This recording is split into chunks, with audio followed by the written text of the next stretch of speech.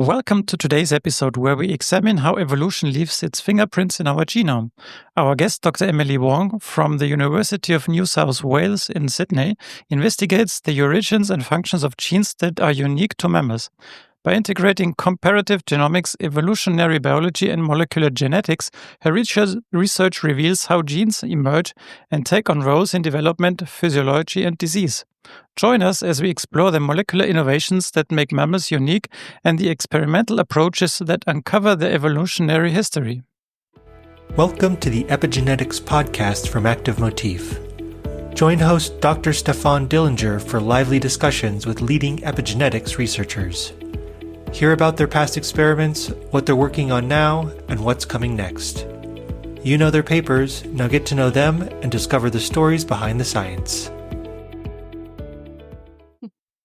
So today I'm connected to Emily Wong, and for me that's a little bit of uncharted territory, because usually I'm talking to people out west, so it's in my evening and they are very more close to me, but now I'm talking to a person that is far east, at least from my point of view.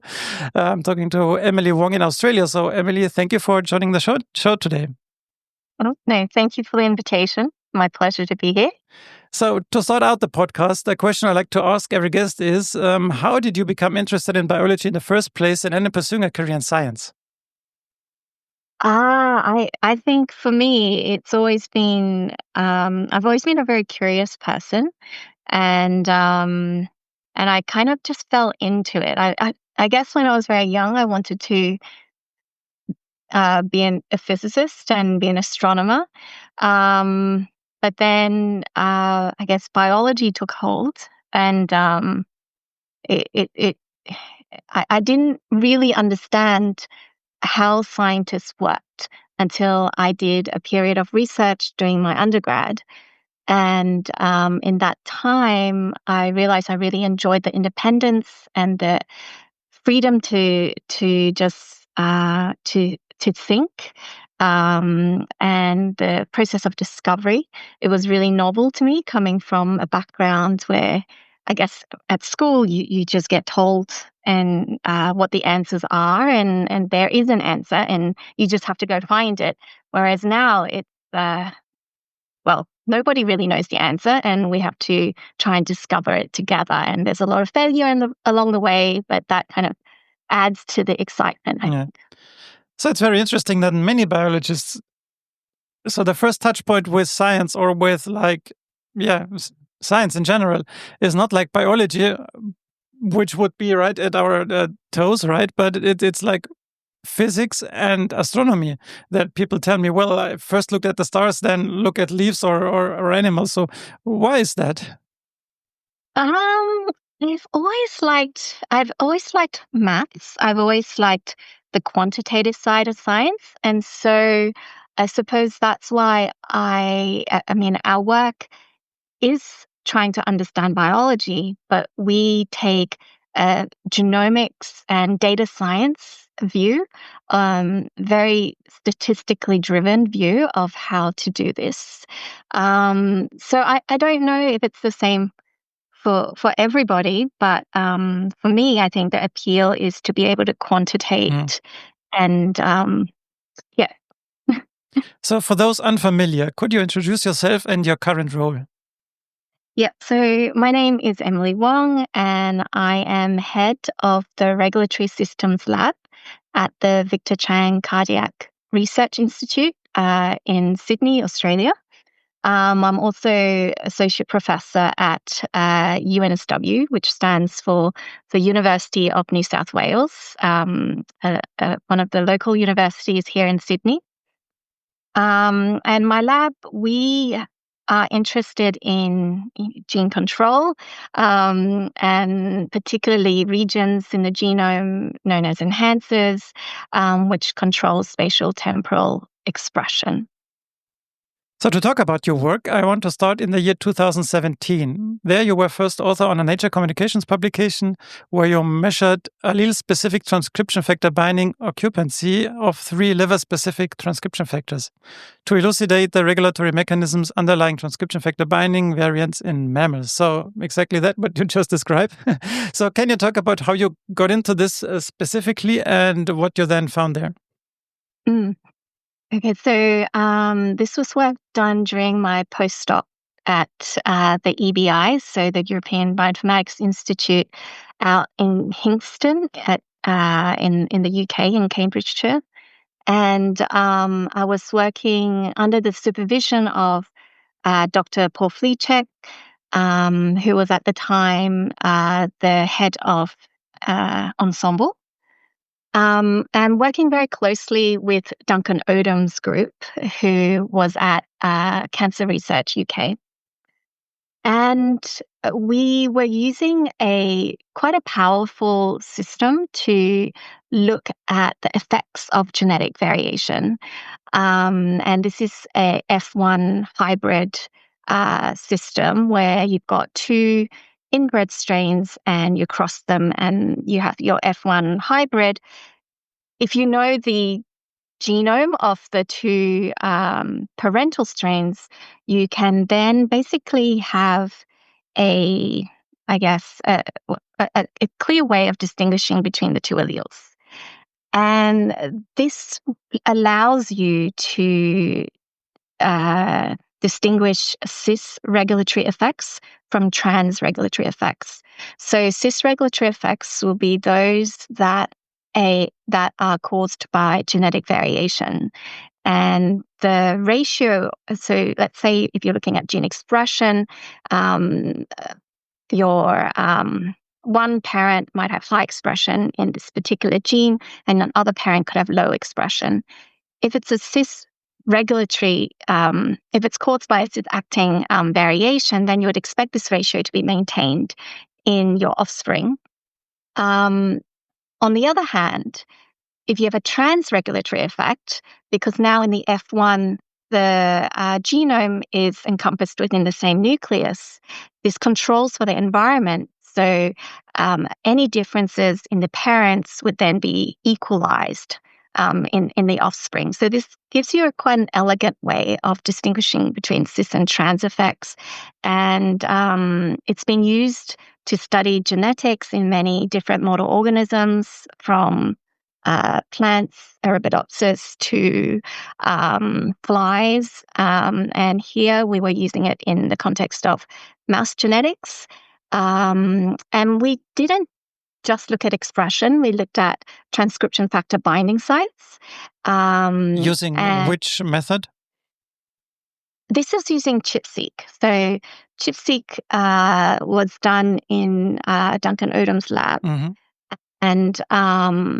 And I was part of the analysis team with Paul Fleechek's group. And we looked at 3 different so-called liver-specific transcription factors. And which were they? Gosh. So they it was HNF4 alpha, CEBPA, and FOXA1. Mm-hmm. And this allowed us to look at combinatorial effects and how these different transcription factors were cooperating across kind of in the context of kind of mammalian evolution. I've used kind of this kind of similar concept in collaboration also with Eileen Furlong's group, who is at EMBL, and this was now in flies, where we're looking at how these effects are propagating across different layers of transcription. Because as we all know, transcription is quite complex, and there are different regulatory layers that you can measure using genomics. So ChIP-seq or cut and run nowadays, I think it's more popular for transcription factor binding, or for histone modifications and understanding how these different layers interplay with each other, and the genetics underlying it all is the focus of these works. Mm-hmm. So you're jumping ahead a little bit, but I will. I want to jump on this real quick because I also have this question about Eileen Forlong later on. So you did a first postdoc in Hingston, and then did you move to Eileen Forlong's lab, or was this like a collaboration? No, so this was a collaboration. So yes, I did my first postdoc in Hingston, and then actually had so my partner at the time, well, he's still my partner now, was in Brisbane, and so we had a child together. So I ended up leaving Cambridge and moving back to Australia, and I did another postdoc in Australia in the University of Queensland, in a very different lab that studies marine evolution. Mm-hmm. Okay. Yeah. So going back, because you also worked on identifying the function of enhancers, right? And you also looked at the combination or the comparison between zebrafish and mouse, developmental transcription, and also you compared this from an evolutionary standpoint to a marine sponge, as you just mentioned. Yeah. So what did you find out about the function of enhancers by using this approach and this comparison?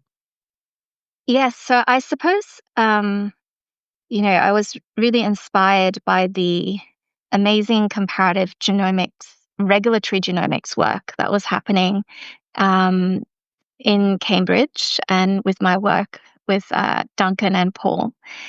And then working with Bernie Degnan, who has a lab at the School of Biology at the University of Queensland during my second postdoc. We tried to combine these two aspects together, so regulatory evolution and metazoan evolution, using the Queensland sea sponge as a very kind of basal branching of the metazoan evolutionary tree. So Bernie's lab works on Amphimedon queenslandica, which, as the name suggests, is a sea sponge that is found off the coast of Queensland. The divergence, so mammals and sea sponge, we last shared a common ancestor about 700 million years ago. At the base of the radiation of animals. And the question is really a very naive question to begin with, is whether if we took a candidate enhancer from a sea sponge, could it show activity in a vertebrate? And so this work was done in collaboration with Matt Francois' lab, who was based at the IMB, also at UQ, so University of Queensland at the time, and he has a zebrafish colony. So we decided to take candidate sponge enhancers, which were determined based on histone modifications generated in Bernie's lab. We took some of these sequences, and not just any old sequence, but specific regions which are called microsyntenic regions. So these are regions where we know that there are two orthologous genes that have been maintained throughout evolution, animal evolution, from sea sponge to mammals, to vertebrates, and other metazoan species. And we decided to look at these regions because we thought that there is a high probability that some of these sequences could be conserved enhancers. They could show conserved enhancer function. And as you may know, enhancers are quite rapidly evolving. Many enhancers don't share primary sequence conservation, even between very closely related species. If you like, I don't know. I mean, even human and mouse show quite high levels of divergence. The vast majority of these enhancers identified through histomarks are not cannot be identified using kind of conventional genome sequence alignment methods.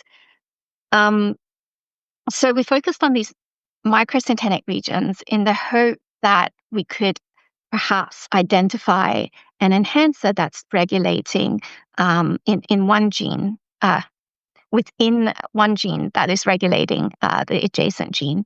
So this concept was proposed because the idea that these two genes are conserved together is that they have an interleaving regulatory structure. So the hypothesis is that there is a enhancer, a regulatory region somewhere, which in one gene is required to regulate the adjacent gene. So should this linkage be disrupted, there's some sort of fitness consequence. Mm-hmm. So we ended up focusing on 3 of these enhancers and placed them upstream of a minimum promoter driving a GFP, and injected these constructs into a zebrafish at the 1-cell stage, created stable transgenic lines, and then imaged these animals. Zebrafish are transparent when they're juveniles, so Very handy. you can actually see where these enhancers are active and at early time points. And I guess to our surprise, we found that these enhancers were active in quite specific cell types, so neuronal cells. There were cells in the hindbrain, and this was really exciting, but also super surprising because obviously these cell types are not actually present in the sea sponge. So I think it's telling us something about how different regulatory regions are co-opted into different cell types as they evolve. So I guess that's the gist of the story, that we were able to identify. If that was surprising to you, what did you expect then? To see nothing? Yeah. We expected to see a lot of noise. And indeed, when we took some enhancers which were not within sponge enhancers, that are not within these microcentennic regions, that was what we saw. Like, it was a lot noisier when we placed these enhancers in. You got like lots of ectopic expression, and then the expression pattern would change very rapidly across developmental time. Whereas with these microcentennic enhancers, we found that the expression was a lot more stable, suggesting that they can actually function as enhancers even in a different species. So you're saying, and correct me if that's incorrect, and I picked it up incorrectly, so that those enhancers were only active in those cell types that are not present in the sponge? So these enhancers, or mainly. These enhancers are active in cell types that are not present in sponge, yes.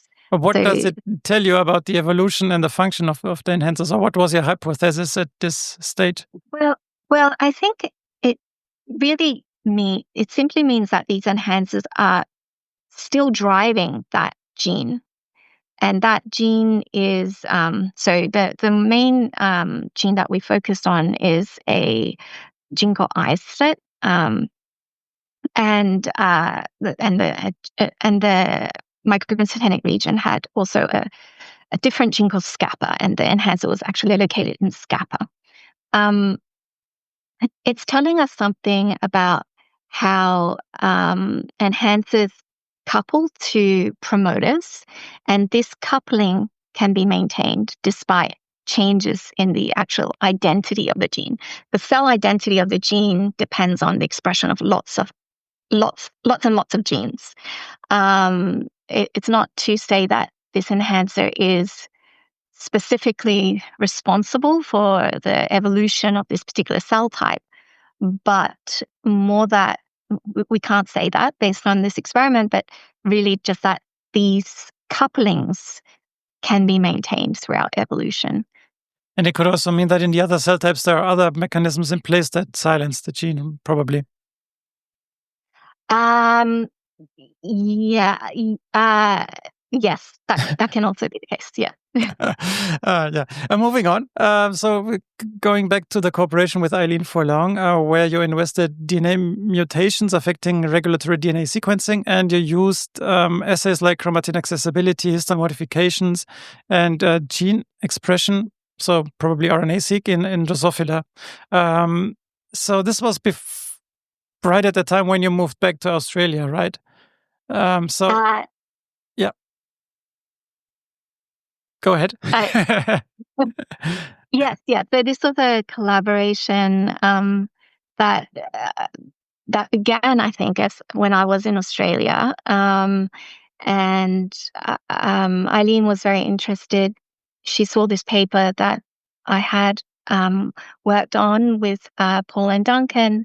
They had very similar kinds of data sets, and I was the person constructing the statistical models, and she was trying to find someone who had these skills, I guess. So we how ended did up working. the connection came? Did you meet at a meeting, or how did you connect to her? I believe Eileen. I believe Eileen emailed me. Of course, I knew who she was, and I think she saw the paper from Paul, and she was very interested because she had very similar data set, and was interested in how to construct similar types of models to study allelic biases and how they change, basically. Yeah. So I wonder, because you were in the UK, then you moved back to Australia, and from a career perspective, this must have been like challenging times for you to work out the science, analyze the data, get your personal life in order, raise a baby. This sounds very challenging, all in all. Yeah, I know it was super hard. I was very fortunate to have been supported during my postdoc through the EMBO fellowships. I had 2 consecutive EMBO fellowships, postdoctoral fellowships during the time I was in the UK. And Paul was always very supportive, but I think having your own funding gave you a bit more freedom, and you don't feel maybe as bad when you have to take time off. And I think that and my child, she was at there is a nursery, they call it, in EBI on the Sanger campus, and so that made things a little bit easier, but it was still absolutely very challenging because you're kind of at this stage in your career where you're trying to go forward to the next step, but you don't have a lab yet. And if you're not working on your project, nobody else is working on your project. And there's a lot of unknowns as well. So I think, definitely I feel for all those people in this kind of situation. So then you were able to set up your own lab. So what were the goals going into your own lab and setting up your own group? I guess you were then looking for people who do the wet lab work, right? Because you focus on the data analysis. Yeah. Yes, that's right. I guess there are lots of curveballs. I wasn't expecting COVID to hit. Nobody was. No one was. Yeah, and so as I started my group, COVID happened, and that really, of course, just slowed everything down. But it probably also gave me some time to think. So for maybe a year and a half, it was me and a student, Paula, who came all the way from Mexico just to be locked down when she arrived in Sydney. So I think it was tough on everyone. But I was fortunate as well because I have some family in Sydney, which really helped in terms of looking after kids and little things like that. And what was it scientifically that you then started first?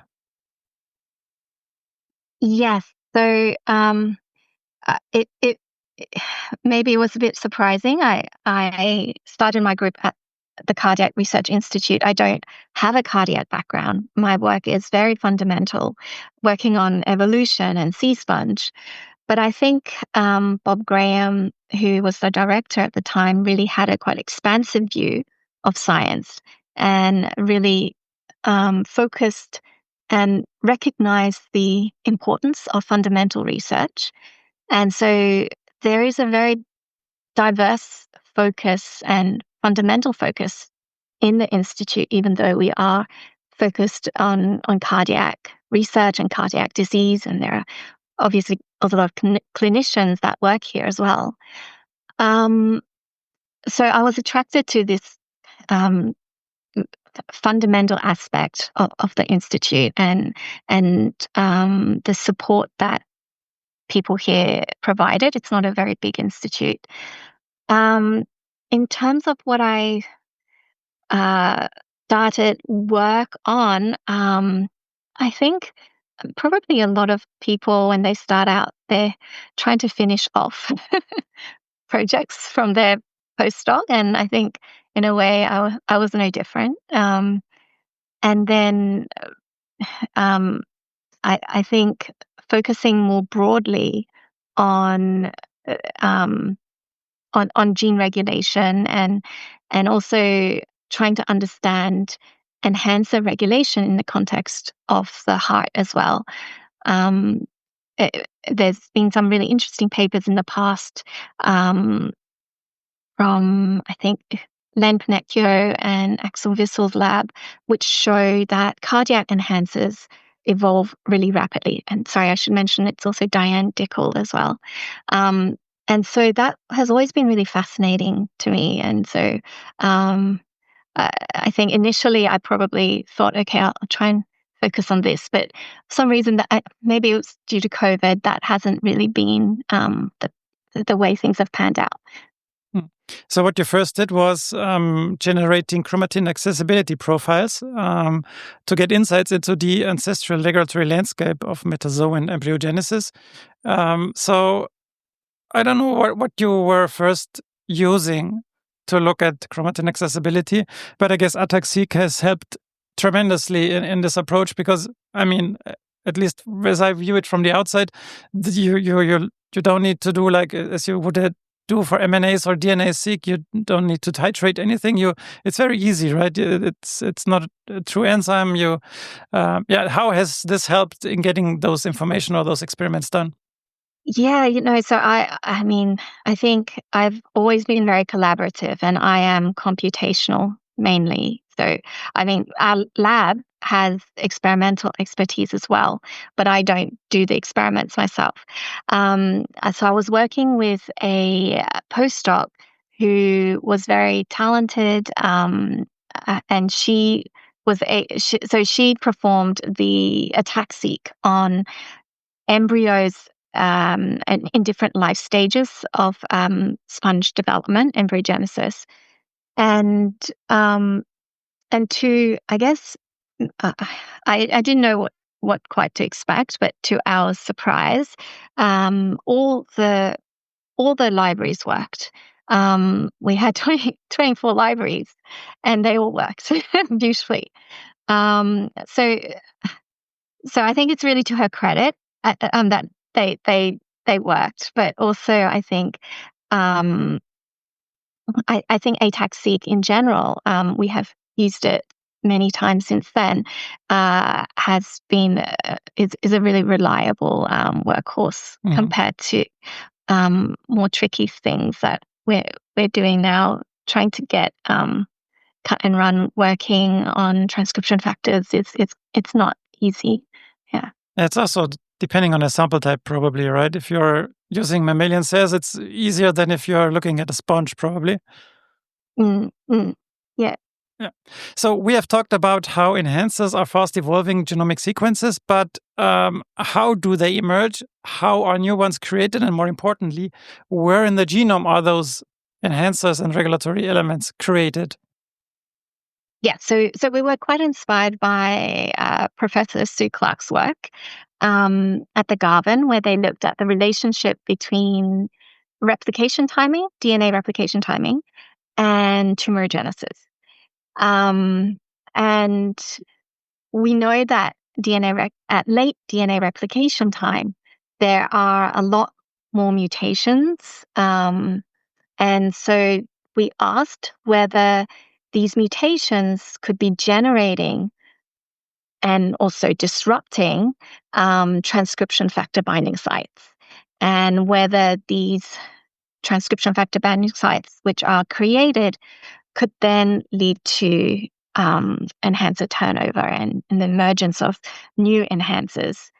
And this was really, it's based on a lot of beautiful epigenetics data sets, but for my part, this was all computational. So this is published epigenetic data sets. And we simply took it and asked a different question of the data. And what did you find about enhancers? Yes. So we found that at late replication time, so indeed there is a correlation between the rate at which enhancers evolved and DNA replication timing. We used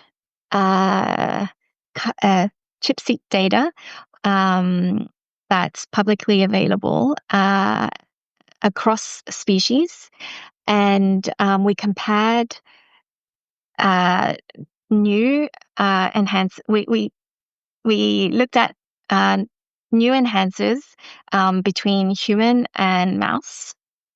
We found that at late replication timing regions, there were about twice as enhancers emerged twice as often at late DNA replication timing regions than early, and DNA replication time late and early roughly corresponds to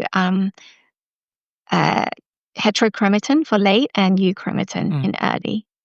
And then we also looked in cancer as well and found very similar patterns emerging, suggesting that these relationships could be some time invariant principles of genome evolution.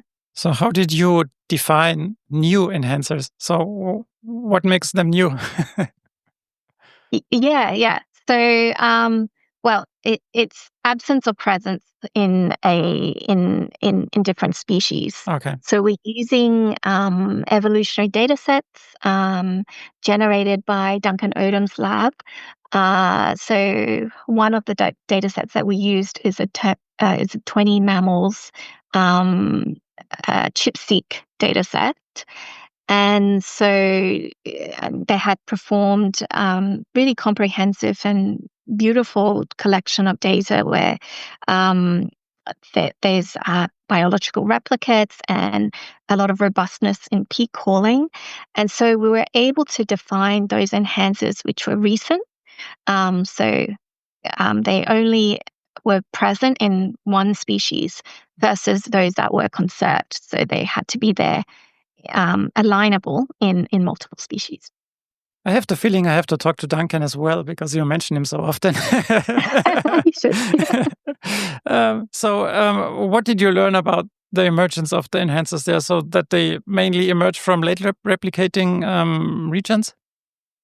Yeah, well, I mean, there are a lot more enhancers at early replicating regions because these are open chromatin regions. There's a lot of regulatory activities. But in terms of turnover, there's a lot more turnover happening at late replicating regions. And so that we thought was quite interesting. And also this is not just across millions of years of evolution. We can actually see these effects happening in cancer cells. Mm-hmm. So imagine you're due to submitting a grant proposal tomorrow. What would you have written into this? What would I put into it? Oh, gosh. So you don't have to disclose any details, just like give the broad vision of your lab for the next 5 years, just Okay. to not scare you. We're doing, we've been doing a lot of work in deep learning. Obviously, very inspired by some of the models that have come out, genome models, sequence models. We would love to have a sequence model of the genome which is so accurate that we can actually use it to learn new biology. That would be amazing. Unfortunately, I think we're not quite there yet, especially with enhancers. So I think enhancers are quite challenging for these models to learn. So we've been working on trying to understand what a lot of these, what we call like foundational models. I don't know if you've heard of some of these called Informer, I think is quite a well-known one. But we've been trying to figure out what these models have learned, basically, and how and what the gaps in knowledge is. We've also been working with Luca Pinello's lab in Harvard. They developed a method called DNA diffusion, which is a generative AI model. But instead of probably everyone knows about DALL-E, where you put text and you get an image. This is a generative AI model for enhancers. And so we've been playing around a lot with that and trying to extend it to understand, to generate new enhancers in the heart, in human heart. So these are cell type specific enhancers. So we're working on that, and we're also looking in.